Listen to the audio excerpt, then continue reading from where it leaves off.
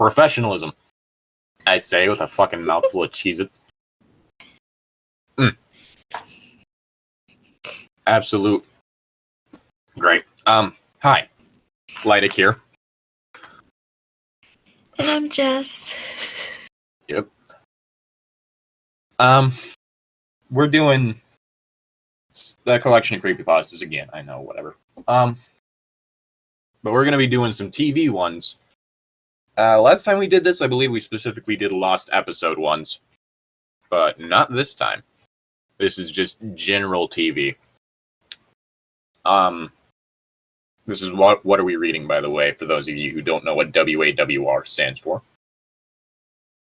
Because it is an absolute nightmare to get that full title into the thing. I should probably have some sort of fucking title thing in the video itself. Like, a little graphic or something. Yeah. You know? Welcome, newbies. Hi, if this is your first time listening to us, I feel sorry for you. Because we have entered your life. Shh. They don't know Not saying yet. that you've been missing out.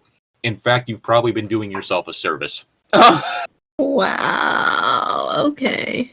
Wow. I say as I continue stuffing my fucking face.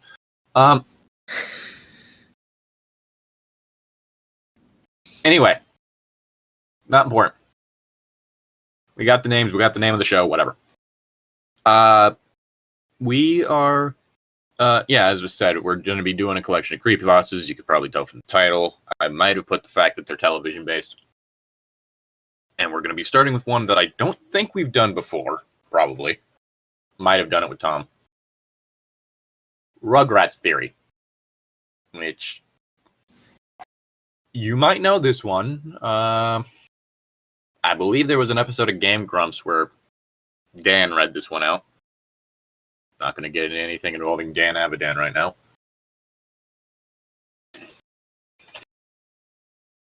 Besides the point.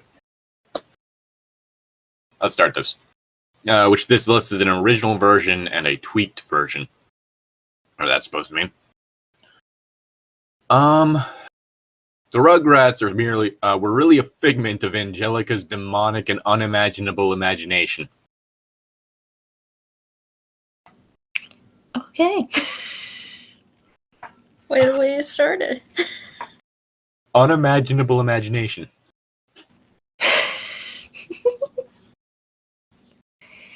Chucky died in 1986 along with his mother. That's why Chaz is a nervous wreck all the time. Tommy was born in 1988, but he was a stillborn. That's why Stu is constantly in the basement making toys for the son who never had a chance to live.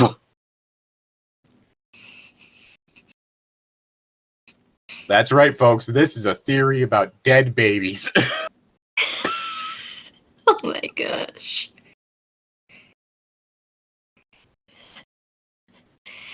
The DeVilles had... I don't know why. My tongue.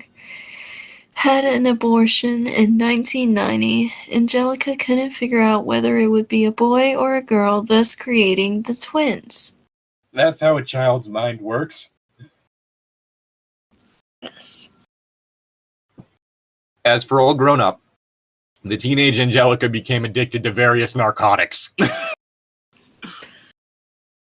Which further aggravated her schizophrenia, bringing her back to her childhood and thus her creation she obsessed over. Because of time lapse between the present and last time she interacted with her creation, she made them older. Angelica was constantly taking hits of acid. Oh my goodness. So she would never have to live without her creations who were her only company. In a judgmental world, Angelica's mom actually died of a heroin overdose in 1982. Just after Angelica was born. I'd also like to point out, the picture for this is Angelica with whited out eyes, cast on one leg, and an arm covered in cuts. Oh my. What the fuck? Yeah. And Drew, in his depression, married a gold-digging whore. This person's very blunt. That Angelica idolized because she fooled herself into thinking it was her real mom, but always had a concept of her mom, Cynthia, and took a Barbie doll and made it in her mom's image, wearing an unwashed orange dress and having jacked up hair, which is why she's so attached to it. How do you think children work?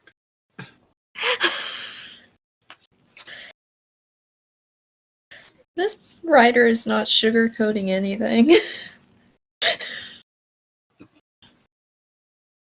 Like, I think I've mentioned it before, the whole... No, I haven't mentioned it on the channel. I've mentioned it in the Discord.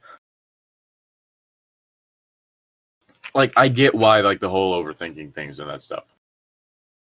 Edek made an interesting video talking about how watching stuff with his kid, little Babu son, I believe, he would just, like, from time to time to entertain himself, like, overthink the children, like, the little, like, cartoons for, like, very young kids that his kid was watching.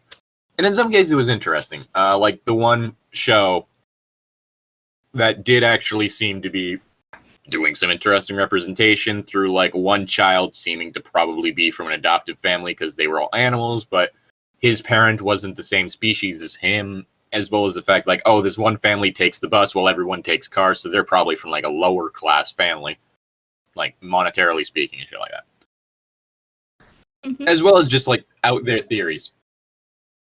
But the thing is that when you specifically mentioned that Angelica messed with her Barbie doll to make it look like her biological mom instead of just being, like, a shorthand way to show that Angelica is a bit of a fucking tyrant in the way that she has just mistreated the fuck out of this doll, is...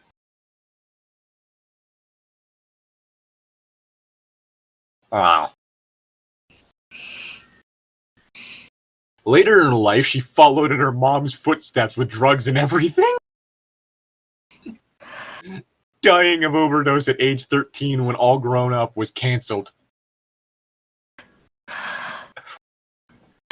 Oh my goodness. The only regret not to be fictional, however, was unborn Tommy's brother Dill. However, Angelica didn't know the difference between Dill and her creations.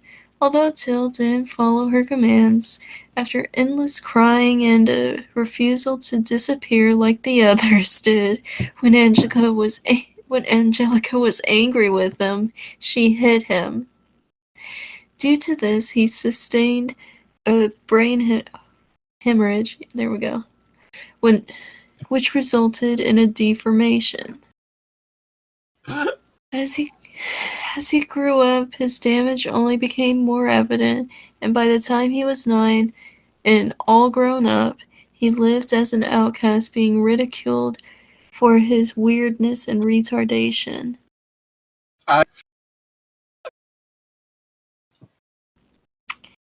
Oh my. Sorry about that. That's, what?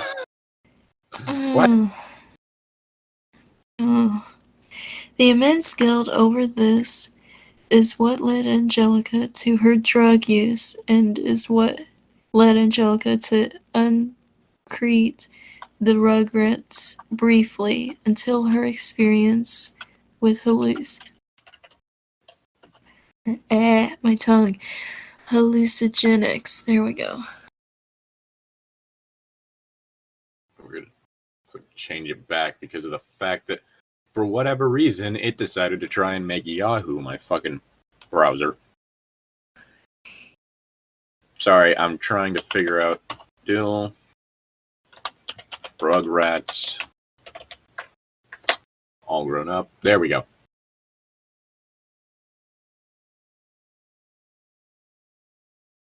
Voiced by Tara Strong. Okay. Let's see. Who's one of the main characters, voiced by Tara Strong. Ever since Rugrats, Dill has been the most mischievous and clever one of the babies. But ever since Phil and Lil dropped him on his head, he's been a little nuts, but Dee Dee thinks it's hereditary from Stu's side. Although Dill often says, acts, believes, and dresses bizarre, he's the most sensitive and insightful of the group and has really deep moments. Hold up! Is Dill autistic? That's not me, like, making fun. Is that actually what it's supposed to be? Maybe. Now I'm fucking curious.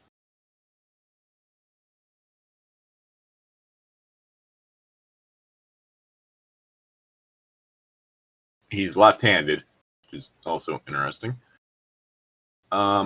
Gilligan's Island fan. Gave a pearl of wisdom despite being youngest when Chucky was devastated about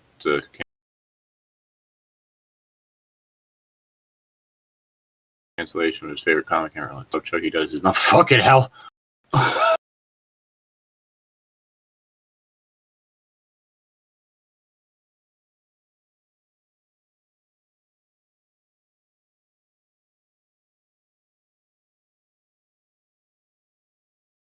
With him. I haven't seen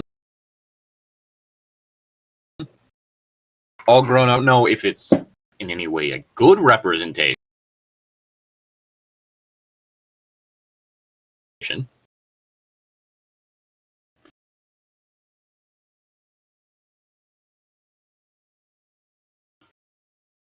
I am curious. Granted,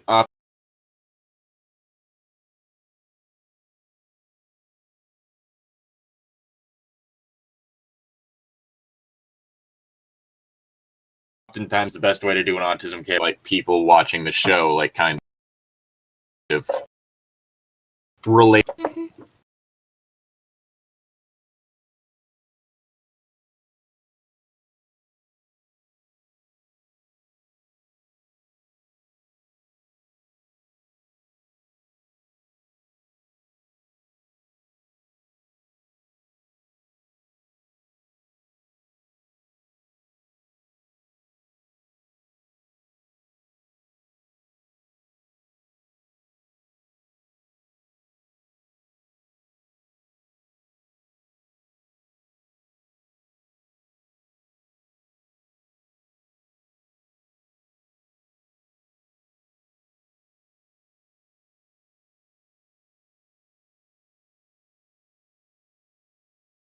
There are two possible references to.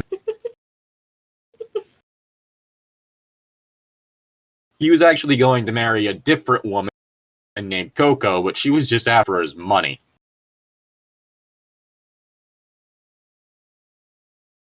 Like, that fucking. I feel like.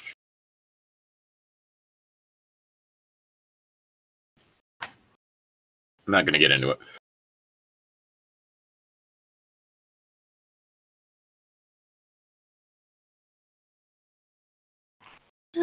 Maybe.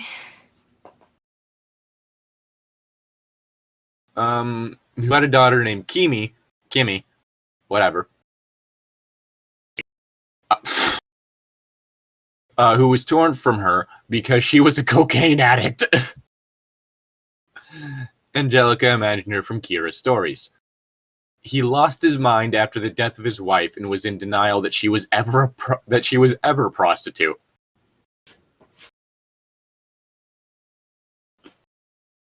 Oh, okay, now I remember. There was like a little Asian baby in Rugrats. I'm now vaguely remembering. It's been fucking years since I've watched anything Rugrats related. Upon return to America, Chaz and Kira married and she got her green card. It was actually a really happy and romantic story. Kira continually struggled with addiction, but was relatively happy with her life in Chaz.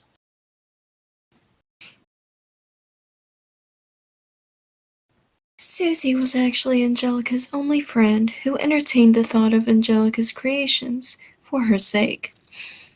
Angelica spent the last days of her life in the back of the school cafeteria, imagining friends around her and playing with the lives of her creations.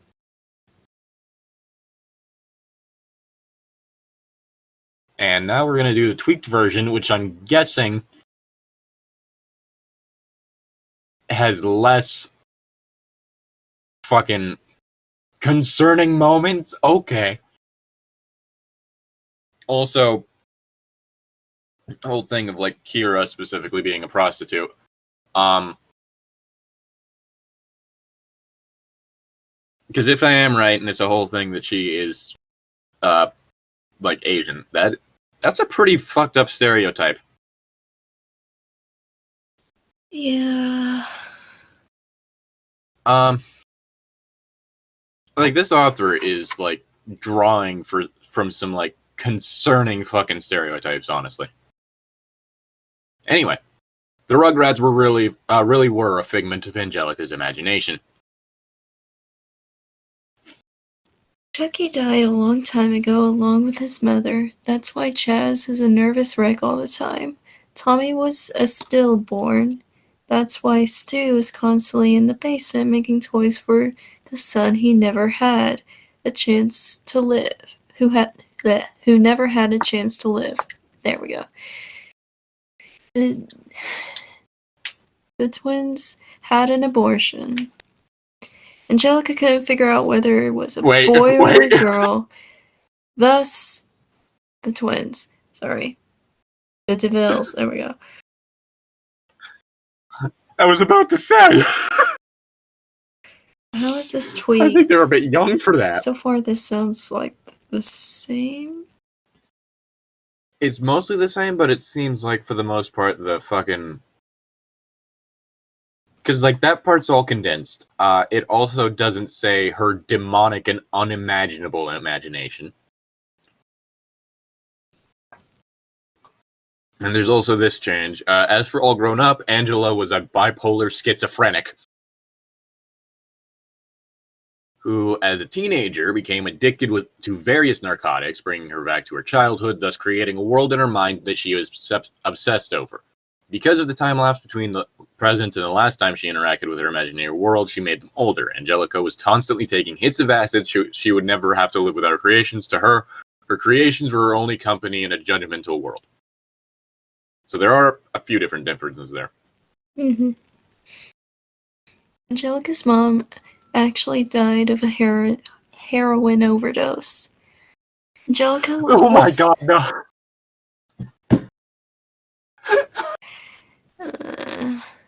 I don't like your reaction. I'm concerned. Angelica was... Oh no. Oh no. No. Angelica was schizophrenic and bipolar because she was a crack baby. No. I shouldn't be laughing, but that is awful. No. You can't just say that someone is suffering from a fucking neurological condition, like that specific of a neurological condition, because of that. Like, I'm not entirely sure that that's what's going to lead to that. I'm going to be real with you. As I hold this tiny unicorn. Additionally, Drew, in his depression, married a gold-digging whore that Angelica idolized because she fooled herself into thinking it was her real mom. However, she always had a concept of her mom, Cynthia. She used a Barbie doll and mirror her birth mother's image, wearing an unwashed orange dress and jacked up hair, which is why she was so attached to it. Later in life, she followed in her mother's footsteps, dying of an overdose at age 13, when all grown-ups was cancelled. Like, again, part of the issue I have with that part is that feels too deliberate. You know? Mm-hmm. Oh god, it kept this part, though. The only Rugrat not to be fictional, however, was unborn Tommy's brother, Dill. However, Angelica did not know the difference between Dill and her creations. Dill didn't follow her commands, and after endless crying and a refusal to disappear like the others did when Angelica was angry at them, so she hit them. So she hit him. That's a weird. That's weird phrasing. Yeah. After endless cry, like the word "so" shouldn't have been in there. After she hit him, he screamed a screeching tune, and Stu ran in and pulled his niece off his only child, but it was too late. Dill had a brain hemorrhage, which resulted in a deformation. As he grew up, his damage only became more evident, and by the time he was 9 and all grown up, he had lived as an outcast, being ridiculed for his weirdness and retardation. Yeah. The immense guilt over this is what caused Angelica to start using drugs and to uncreate Rugrats briefly, until her experience with hallucinogenics. Where is a 13-year-old getting drugs? And where can I get some? Yeah. Like, I don't know. I guess there are probably some like middle school kids out there doing drugs. But Yeah, maybe. I didn't know a friend with a drug dealer until we were in high school. That's when the drugs started happening. was the drug dealer your friend, or? No, my friend was close with the drug dealer and told me if I ever wanted to, they could hook me up. Well. Yeah. Considering I was the oldest in the grade by a year, yeah. Mm-hmm. Hey, yo, I can hook you up.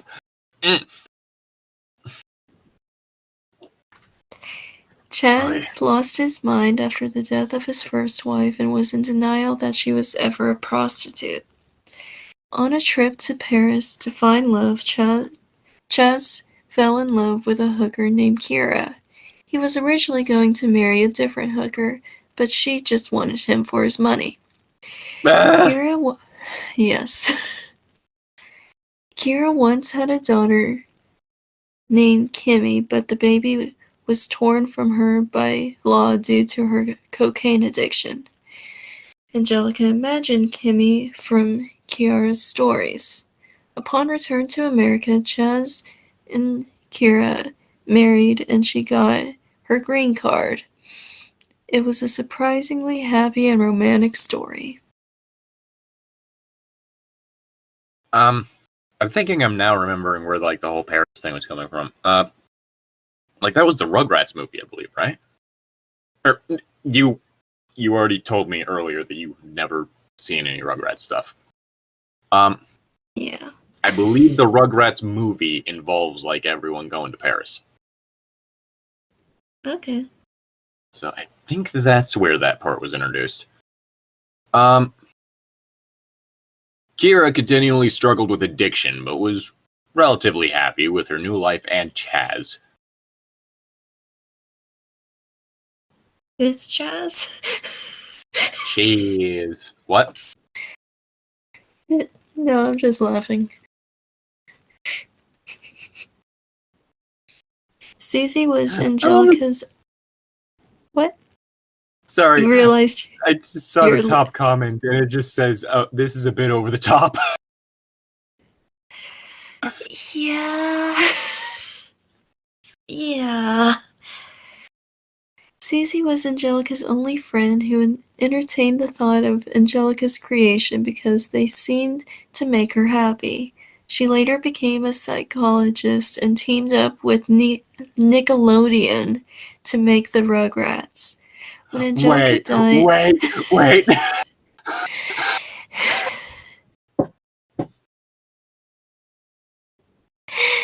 Yeah. This went a step further. Is this kind of going against the whole HIPAA laws of patient confidentiality? Only if They're she was her a delusion. psychologist, and I don't think she was at 13. No, later she became a psychologist and teamed up to Yeah. make the Rugrats. But in order to get that idea of the Rugrats, it would have been from her old friend. Well, it wouldn't violate HIPAA laws because she wasn't her psychologist. Or it wasn't her, therapist. But yeah, because she died at 13. I keep forgetting that part. Yeah, when they were both 13. Okay. Still. I'm gonna remember your messed up brain stories and then make money off it later on in life. Thanks, What dude. the fuck? Yeah, what the fuck? But I'm gonna highly sanitize it. Yes. When Angelica died of the overdose, Susie helped arrange her funeral. Because of her addictions and her mental state, Angelica was expelled from society, which led to a break with reality and her eventual death. She spent the last days of her life in the back of the school cafeteria, imagining friends around her and playing with their lives of her creations. That sounds really creepy. Yeah. Some of these comments are also just like, I don't understand how anyone could actually read. I guess some of these people in the fucking comments are actual children, so whatever. But I don't know how someone could fucking read this shit and be like, yeah, that checks out. You know? Yeah. So one of the comments, it was like, how the fuck would this even work? And someone responded to it, was like, well, 90% of scary movies have a female monster or villain. What? One, what does that have to do with anything? Two, what? No? Yeah. What? 90% of scary movies tend to have it to where, if it's a monster, well, scary movies, isn't exactly right, because scary can be a few different fucking things. But most of the time, it's based off of some sort of fucking power dynamic, which is why a lot of the times, if we're talking realistic horror, it is often a female victim and a male villain. Mm-hmm. Yep. If you want female villains or monsters, go to fucking Greek mythology. Yeah. What the fuck? Alright, let's see, what's another good Saturday morning shows, I'm sorry, what? Oh my. I'm back on the main menu page for the genre. And I just Yeah. saw the first one under S is Saturday morning shows, right over Shocker. I'm not gonna make the joke. I'm not gonna make the joke. You know the joke. Mm-hmm. Good job. I mean, there's another one Let's take called Deal or No Deal. I'm like, what? I have to look at that one too. How do you do a deal or no deal one? Yeah, let's take a look at the Saturday morning shows one. Because how do you make that scary? Oh wow, it's really short. Yeah, it is really short. Mm. I should probably be fucking bookmarking these. Oops. Let's bookmark this one. Yeah, Saturday morning shows. Links for all of these will be in the description, by the way. I woke up on a Sunday morning. The cool air from the AC had made it rather chilly in my room. Parents like to keep the temperature in the house lower than most families, especially since it was summer. I noticed that I was in a rather good mood today, which is rather rare for someone like me. I feel called out because no matter what, winter, spring, summer, fall, we always have AC. We never have a heater. We just do space heaters. I'm really glad I don't have my fan on right now, but I'm also wondering if that would pick up on the mic if I turned it on. Maybe. There's a chance, yeah. I went downstairs and into the living room. I saw that my little brother had beat me to the television. He was sitting in the middle of the floor, up close to the screen in a typical Saturday morning fashion. He was faced away from view, watching cartoons. I called his name to say good morning, but he didn't respond. He was too absorbed in the cartoon he was watching to even notice my presence. I smiled and decided, since I was in a good mood, to go and make breakfast for us. After Okay, I'm, I see this picture, which is like a little kid yeah, looking at a screen, and I'm thinking, yeah. if that kid's like 5 or 6, how old is this brother to be making breakfast? I mean, 9-year-olds can make breakfast. It depends on As when you long teach as them. it, as long as it's safe and not crazy fancy breakfast, I guess.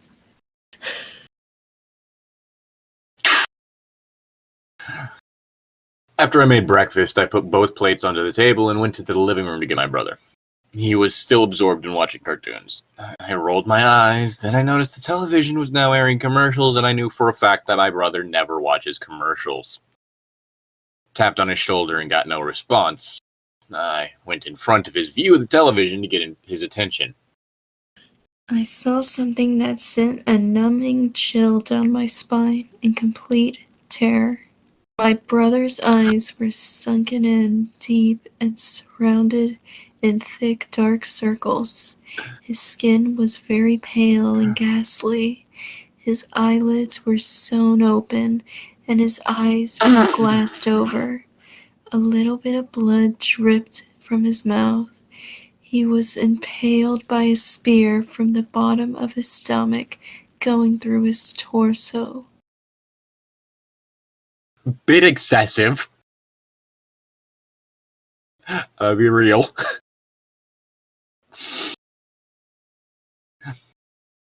You know the extra part to me? Huh.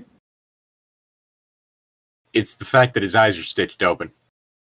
Yeah, That takes time. I feel like that would be like a serial murderer's signature if someone was really That's obsessed. more something. That feels like something more like you take the body to a second location to do. Yeah, Like how Ed Gein had the whole thing of him fucking dressing bodies like carcass, like you would like a deer. Like stringing them up, draining them of the blood, taking out the organs, and using the skin to make shit. So he was not a cross. If memory serves, he wasn't a cross-dresser, and he definitely wasn't secretly wanting to be a woman. That was something made up by one of those fucking tabloid magazines, basically before any actual press release had gotten out. yeah. He Here's had the my typical hatred question. women you see from a lot of male serial killers, and yet as a result, he ended up. Also, I should probably read my last line. The spear had put him in the sitting position. There we go. If he's cooking breakfast, and typically in a living room kitchen setting, you have the living room and then the kitchen's right next to it, across from it. If he's cooking Depending, yeah. and the body is sitting in front of the TV and he's in the room adjacent to it where where there's an opening, it's said that it's going through his torso, which would, in my opinion, make it seem like a part of the spear is poking out to see that it's going through his torso. Wouldn't he notice just a little bit of something sticking? Possibly not. Being as this was specifically sticking him in the seated position, it likely could have been that it was through the stomach and then, for lack of a better term, out the ass. So from behind, you wouldn't really have seen anything. Why a spear? I mean, I get yes to prop him up, but that's not a really convenient weapon in a household. Yeah. I mean, This is gonna make me sound evil and demented, but if the murderer only had household items and not items that he brought with him, he could have. This is gonna make me sound so evil and horrible. This is because I watched so many criminal shows when I was younger. Disclaimer: I am not a demented, twisted murderer person. Please don't think that. Don't let her lie to you. No. I'm thinking like staple gun or something. Like have the body sitting and then the hands sitting behind the body, pushing. You know what I'm getting at? Like elbows locked. Yeah, I get what you're getting at. Locking the elbows would be really goddamn difficult to do properly. And then also you'd have the fact that you'd have like the nails coming out the top of the hand likely, in order to make sure that the hand doesn't move. I think the spear was only really after death. I would. Yeah. Like, it would be horrible if that happened while he was still Just alive. fucking nail the child to the floor while they're still. This is making me sound like a horrible, evil, twisted murder person. You're not the one that just laughed at the idea of killing a child with a nail gun.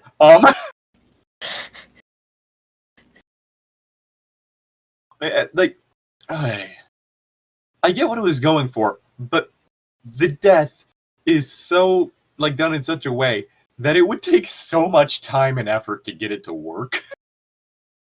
And yeah, then you have the weapons necessary, including a spear that cannot be longer than a child's torso.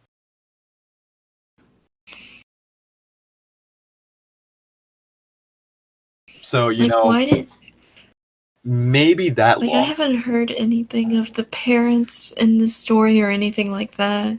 If I'm going based off that picture, the kids are probably too young for them to be living on their own, so there would have to be parents.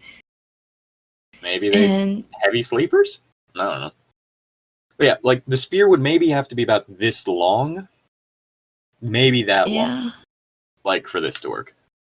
I just don't get why just attack the youngest child and disappear. Doesn't mention the parents, but... Well, it could be kind of similar to a two-sentence horror situation, in which this is supposed to be oh, now he's gonna die, but... if you wanted to do that, you could have, I heard the floorboards behind me creak. Have that be the last sentence. Or a note or something. Have the murderer leave a note. Yeah. Something, if we're gonna do that. What was the one you said you saw? I saw Deal or No Deal, which made Deal me think or No of that Deal, TV that's right. show. Yeah, the TV show Deal or No Deal. Yeah. I'm like, how is that scary?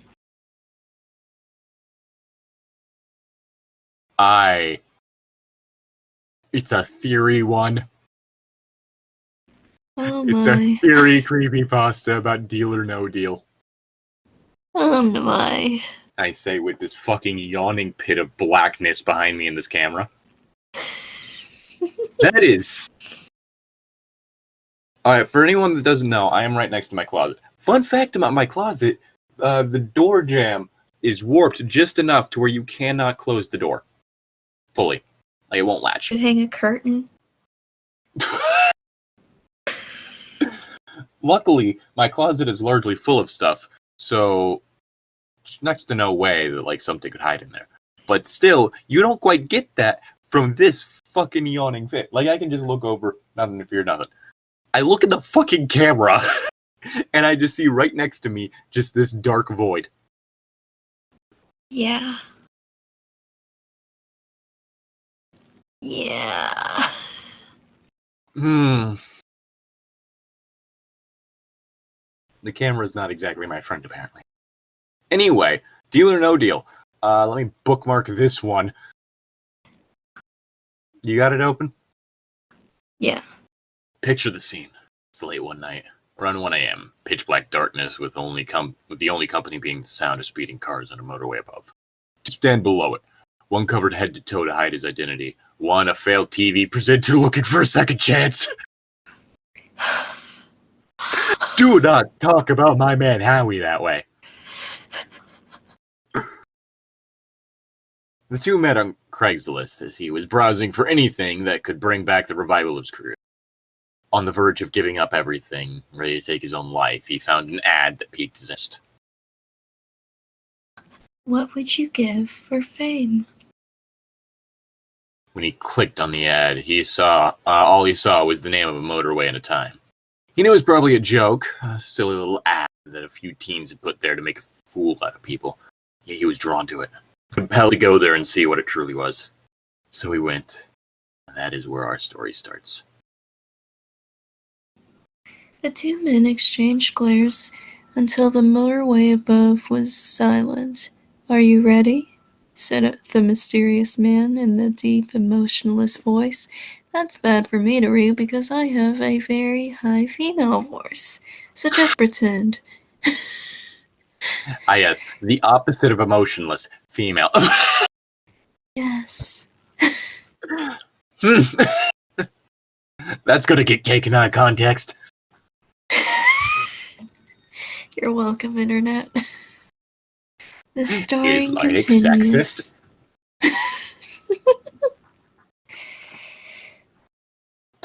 "Edmonds," I asked, "are you ready?" Edmonds stared, the cold night wind blowing in his hair. He slowly nodded as the man proceeded a slip of paper in a contract, there we go, with no words written upon it, only a dotted line to be signed. Edmonds wanted to put a fake signature, just in case this was some elaborate scam, but once again he found himself to be too trusting. He signed it with his usual in Edmonds, there we go, and then Nedmonds.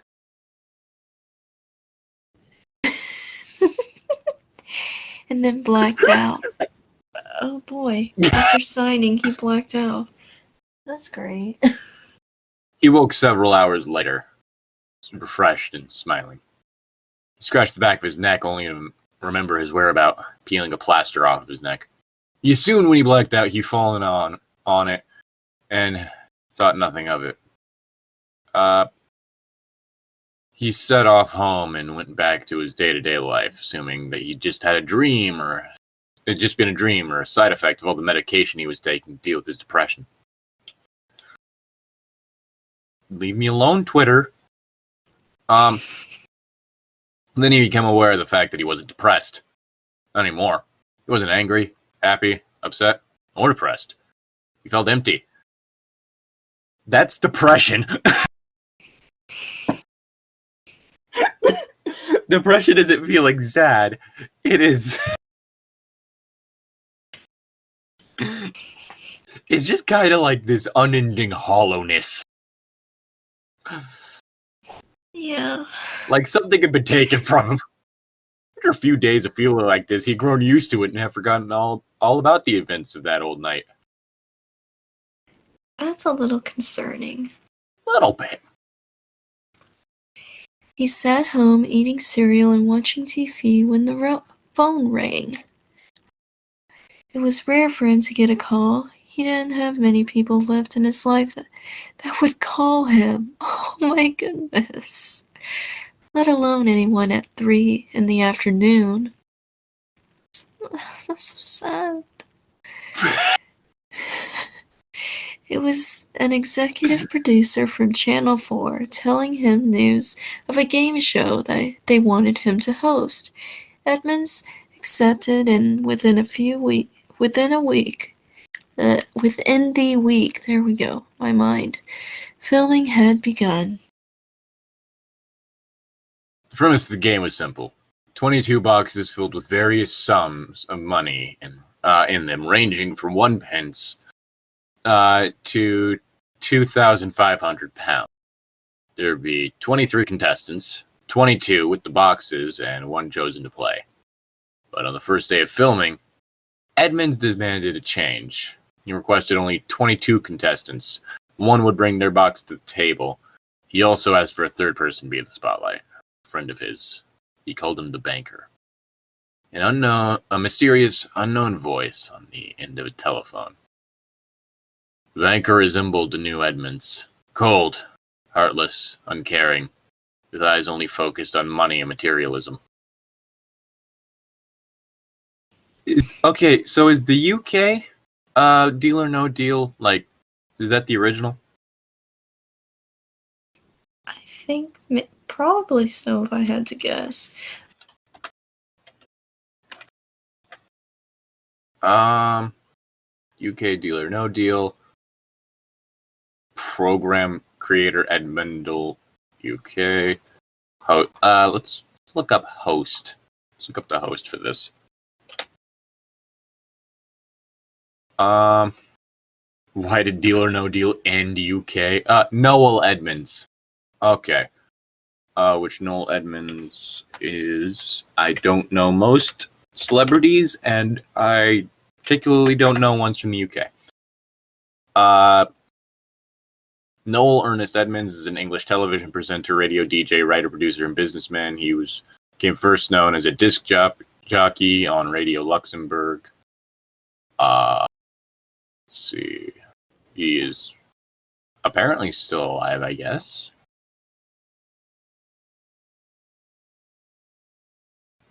Anyway. Okay.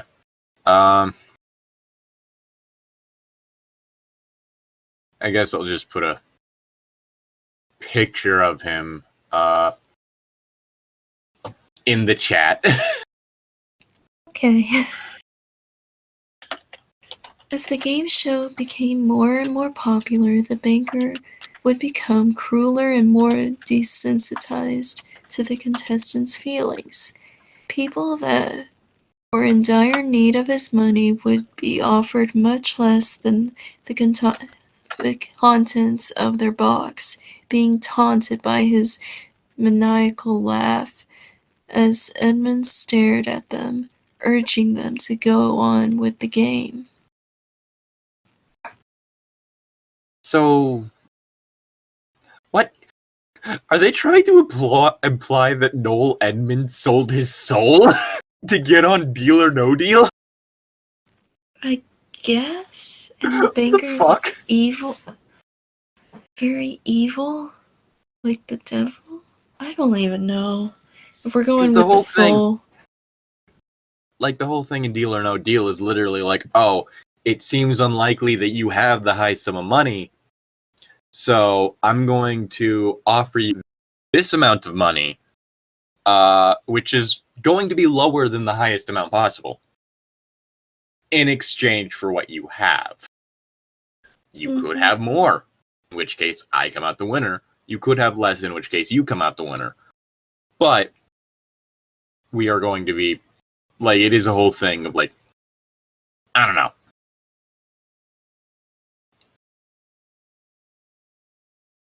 It's besides the point. He knew the banker's secret. He knew that when the person dealt, they gave their life away. The only way to keep your humanity was to play until the end. Edmonds didn't want them to deal. He didn't want them to suffer the same as he did.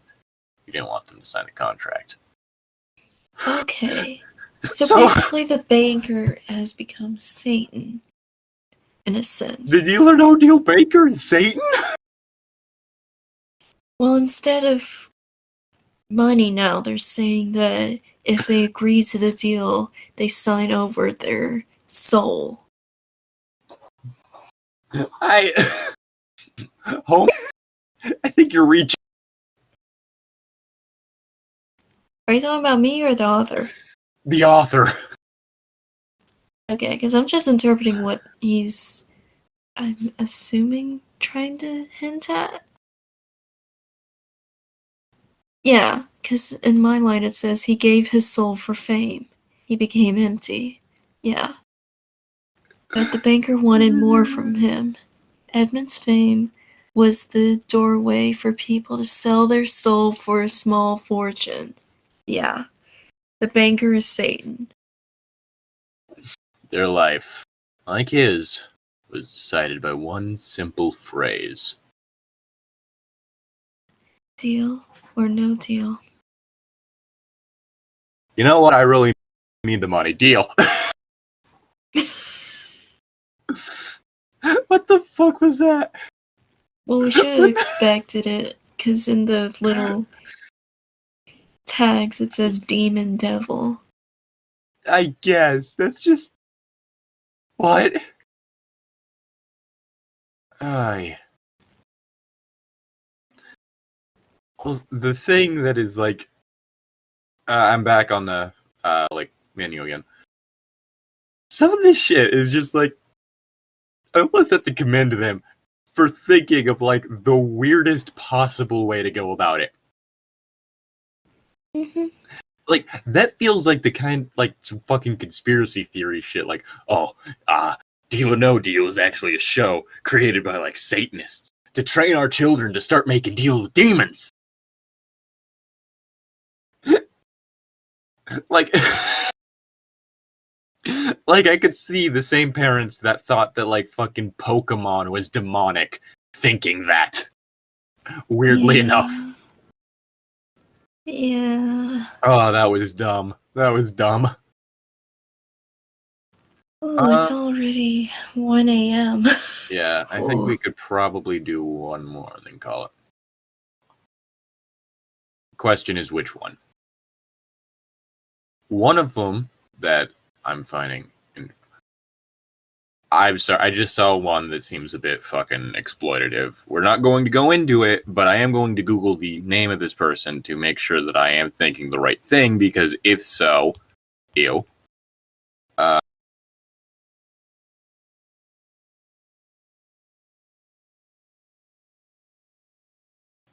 Yep. Judith Barcy, she was the voice of Ducky from Land Before Time. If you know, you know. We're not going to get into it. Fuck you. Oh, yeah. That was me off. We're not going to read that one. I'm not even going to give it the fucking dignity of reading it. Okay. Instead, we're going to go with the zebra.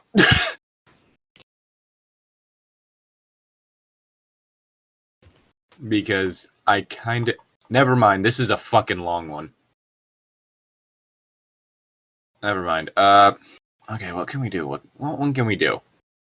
I'm kind of tempted to go into the Hanging Munchkin, but that's because I know that one. That one's actually not the case. Memory serves, that was just like a weird video edit. And in reality, what was actually right there was like a stork. In fact, even in like the fucking video, because this is referring to Wizard of Oz. In the actual video, like you do see just like the tip of the fucking stork's wing when it extends that out. Mm-hmm. Like in the area surrounding the Munchkin.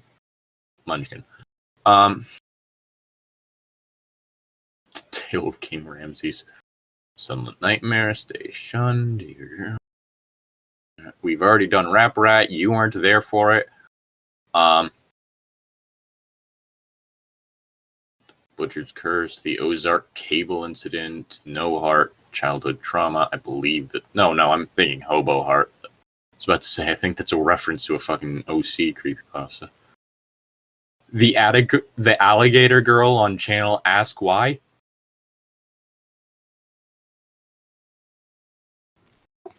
Okay.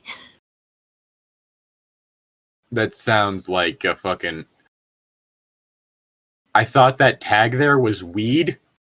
Oh my goodness. I misread weird as weed. I remember Annoying Orange. It was like, oh my god. Does it mention Annoying Orange? What? No, I'm back What one did you click? Okay. on the main menu. I didn't click Alligator Girl yet. Annoying Orange. I'm like, oh, and I remember that. Okay, this one's not terribly long. Alligator Girl sounds like a very rare type of monster girl. It was that got some rave for a while and then ended. It didn't last very long. It was Annoying Orange? Yeah. Yeah. I remember the television show having fucking Toby Turner in it. Of all things.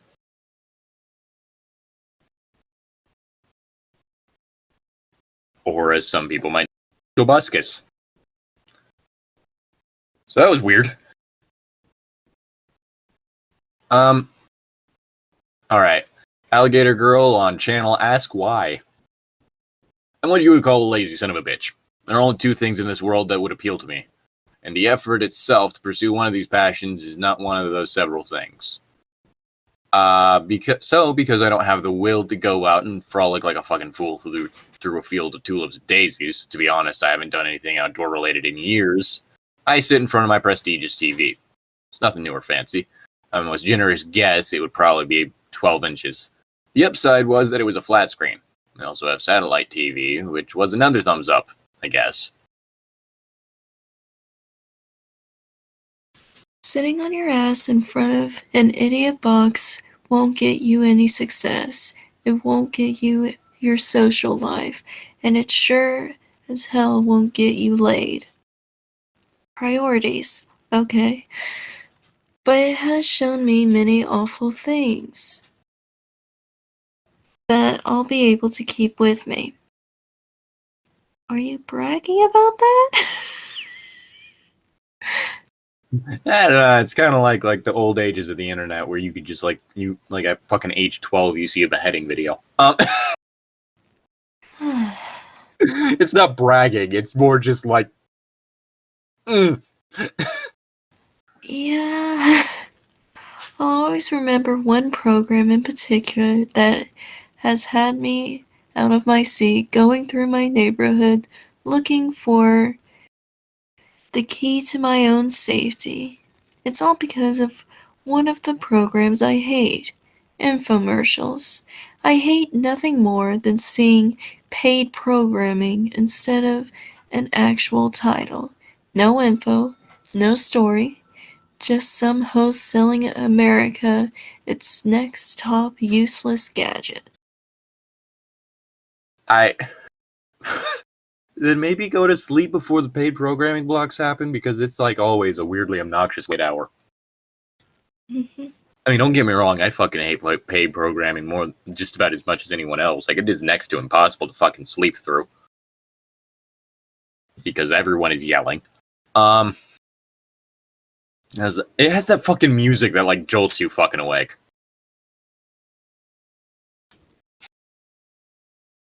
What made this infomercial much more different from all the others was not so much what they were advertising, but how they were advertising it. It's roughly 15 minutes long, and was aired late at night, like how most infomercials are. More and more, as hours passed, a new question pops into my head. Recently, I asked myself, how did it air without struggle during the storm? Just a few moments ago, I asked, who put that up for the cable company to air? And how did it even air on TV? My mind can never stay at rest, I swear. What? Okay, I guess that's foreshadowing for shit. Probably. It was roughly a month and a half ago when I was up late during a humid summer night. I believe it was around 3 a.m. and it was storming out. Since I was sitting on my gradually fattening ass in front of the idiot box, this person's wording, my goodness. At least has personality. Yeah, it's funny. I started to get a little annoyed at the searching for signal message played for prolonged periods of time. When it did disappear, it was temporary, and sometimes all that would play would be a digital glitch of whatever was playing at the moment, then right back to the searching for the goddamn signal. I grew tired of the silence of the television. I wanted to hear cars crashing from those caught-on-tape shows, incoherent screaming of an audience at a pro wrestling event, or even the laugh of SpongeBob or Patrick. I picked up my remote, hidden in the nooks and crannies of the slowly aging and breaking recliner I was sitting in, and hit the guide button to see what was playing on the other channels I normally watch. Most of the titles of the programs were gone because of the storm. Satellite was still trying to collect data.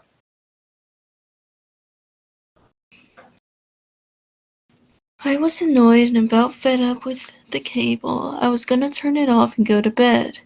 After scrolling up one more page, I saw text in a program box. All right, I thought to myself. That all right quickly turned into a for fuck's sake.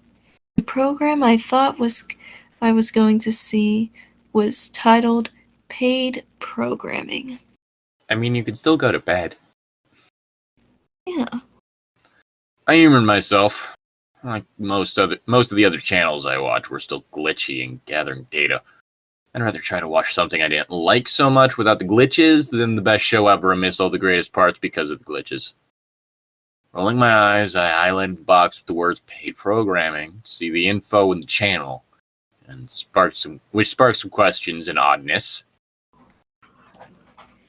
The info for paid programming wasn't what was usually in the info for infomercials, which was usually the title itself again. The info was supplies are running out. Not only did the words create an odd and curious atmosphere, they also gave me the feeling of deja vu. That feeling when you've been there before, experienced this at some point, then couldn't be sure of anything at that moment.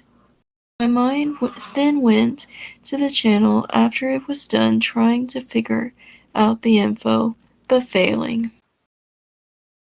Do you want to know what the opposite of deja vu is called? Jamie Woo. It's basically when something that you have done before feels new.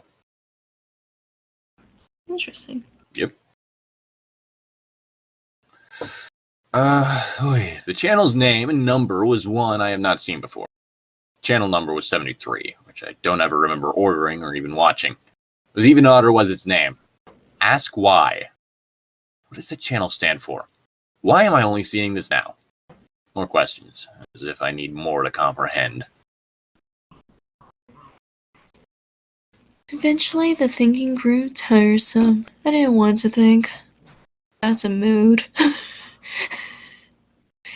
Just fry a few brain cells staring at some host make a fool out of himself trying to make cash off of some stupid product most people probably won't even need or use. The program was only 15 minutes long. It was scheduled to air at 3:15 a.m. and end at 3:30 a.m. Not having very many other choices, I highlighted the block and pressed select on the remote. Let's see. Static. That's all it was. All that was visible was fucking static. What little hopes of seeing something I had dropped like a dumbbell. Wait, static? Satellite TV does not show static when the receiver is on. It only shows the searching for signal message on a black screen. Why was there static? Ask why.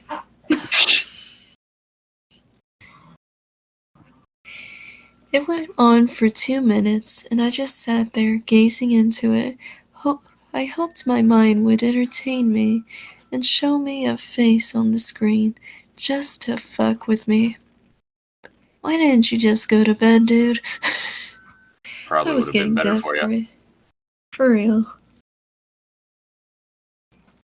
When I was about to turn off the TV and call it a night, the loud white noise stopped, and a sound of a very faintly remembered play.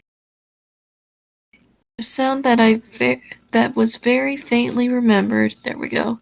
Played in my head, like I know it from somewhere. More deja vu.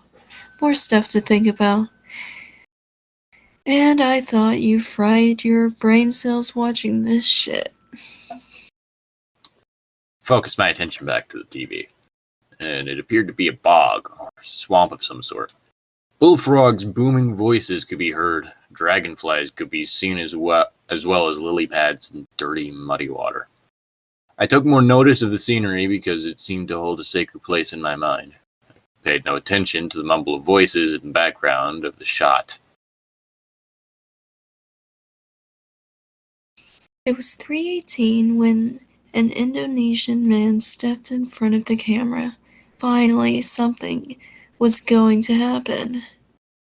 Only to be bullshitted again for another minute. He was talking to someone outside of the shot, and seeing as how the camera shook a little bit during response to the man in front of the camera, I figured it was the cameraman being spoken with. The man in front of the camera turned away from the screen to his right, left of my perspective, and yelled at something. The yell was full of rage, like it said something hostile or violent. Maybe a threat? Maybe. Possibly. I just yell violently my sweet nothings to my lover. I just yell it with hostility, Oh, is that so? At 3:19, the Indonesian man spoke with a heavy accent. So heavy, most people wouldn't even be able to understand what he was saying. I don't know how, but I was able to decipher most of what this man was trying to say. He started, "Good evening. We have yet again our highest quality product available for sale. Stay tuned to watch us perform 3 tests with it to show how top quality it is. What are they selling?" The host made a motion with his hand that said, "Come here." It was gestured to his left, the right of the screen, from my perspective. At 3:20, a large alligator appeared. It had jagged and rough-looking skin, and its teeth looked like they had been sharpened with a hard mineral. It was something out of a horror movie. Super croc. Yeesh. Wasn't that creepy, though? Because of all the deja vu moments, I felt like this could very well be part of them as well.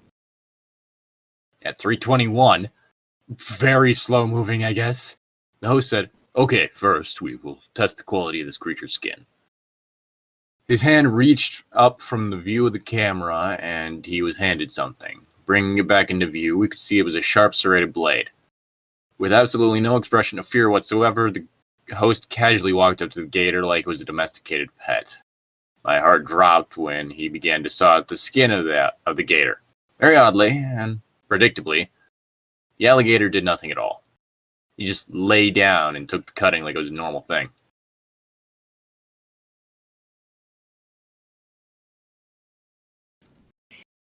Oh my.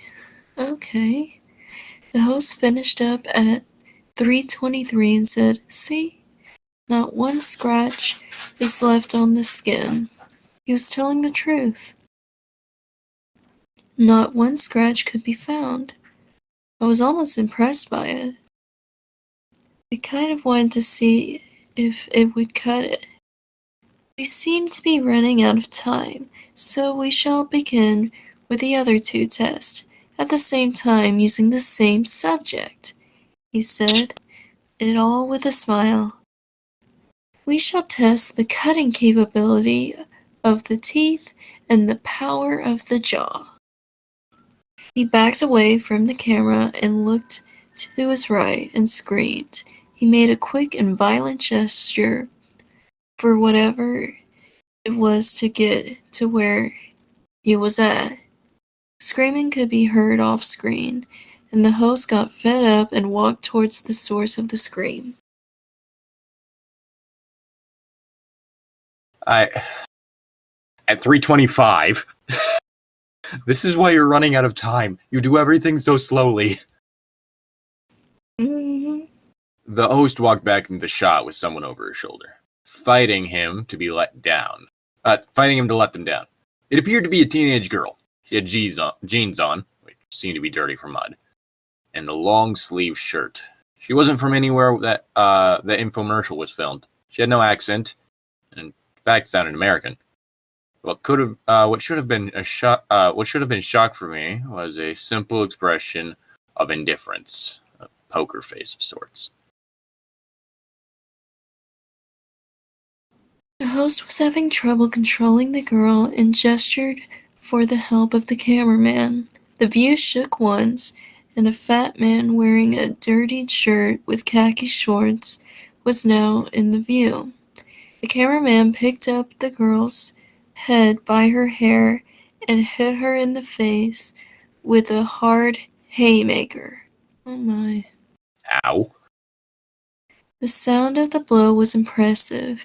It was enough to control her and settle her down, for a moment. It made it easier for the host and the cameraman to grab her by her wrist and ankles and tossed her to the left, where the alligator is. That is when my heart dropped for a little bit. Only a little bit, though. Mm-hmm. The alligator wasted little time. As soon as the girl landed with a thud, the alligator bit at her and consumed her entire arm. She let out a wail painful to hear for the normal person. And with that was heavy gasping and sobbing. None of that lasted long, as the alligator bit her neck from the side and consumed half of it. Small alligator.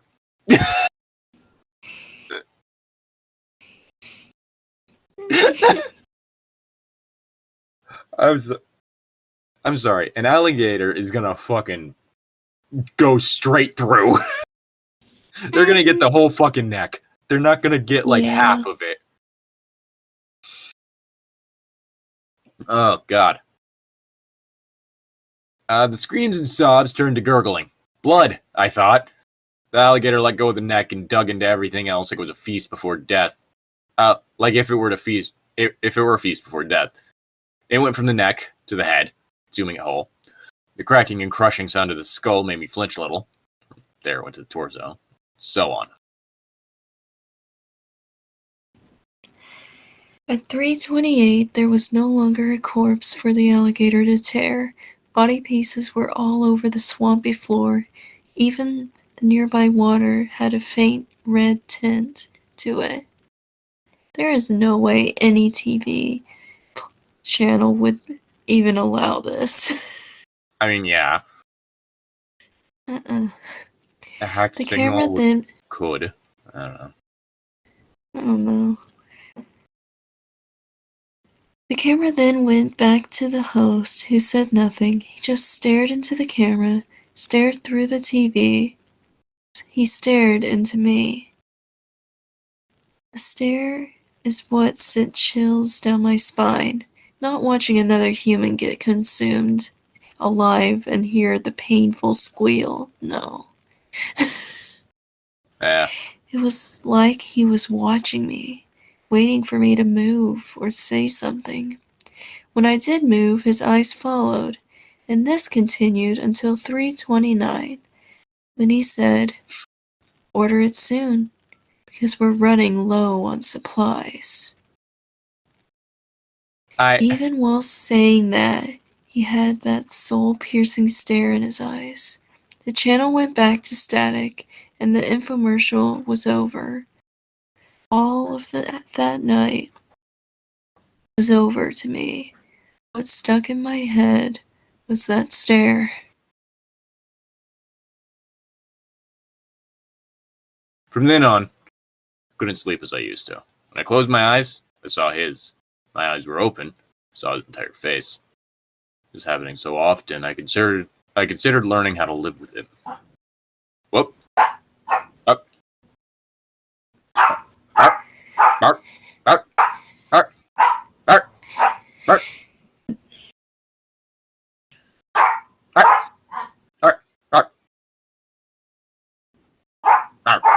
My family's babysitting dogs, and they're in the room next door, and they just now decided to start barking. Bark. You weren't the one barking back.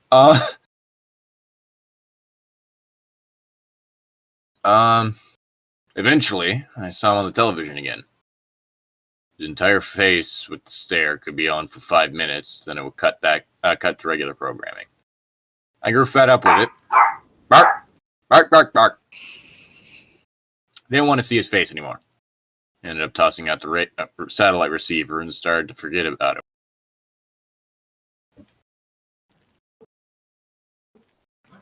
However, in a small sewer in my deepest system of thought, I had to go back over those questions. I had to ask, why was I so sick of seeing the host's face? I had to look through all my thoughts that weren't fried by the idiot box. I did not want to see him because of the stare on the screen that I despise so much. Or was it because he gave me that stare in the past and said, "We're low on supplies, so help me with this girl, or our restock will be instant." It creeps me out what he threatened. It creeps me out even more than the thought of being watched through the television screen. Okay. Possible ways to think about this. What he saw might have actually been a dream that was his brain kind of having like a PTSD flashback to him actually helping fucking feed a girl like a fucking gator. Yeah. Because, like, I think he might be the one who fucking haymakered the child. Yeah. Like, this is what I think. Probably, considering that he kept saying that he had a really fat ass. And the cameraman was really large. I'm dummy thick, and the clap of my ass cheeks keeps alerting the alligator. But yeah, at least that's what I'm thinking. Otherwise, it's just like a really poorly done twist. That doesn't make any fucking sense, and it's supposed to be some weird supernatural angle.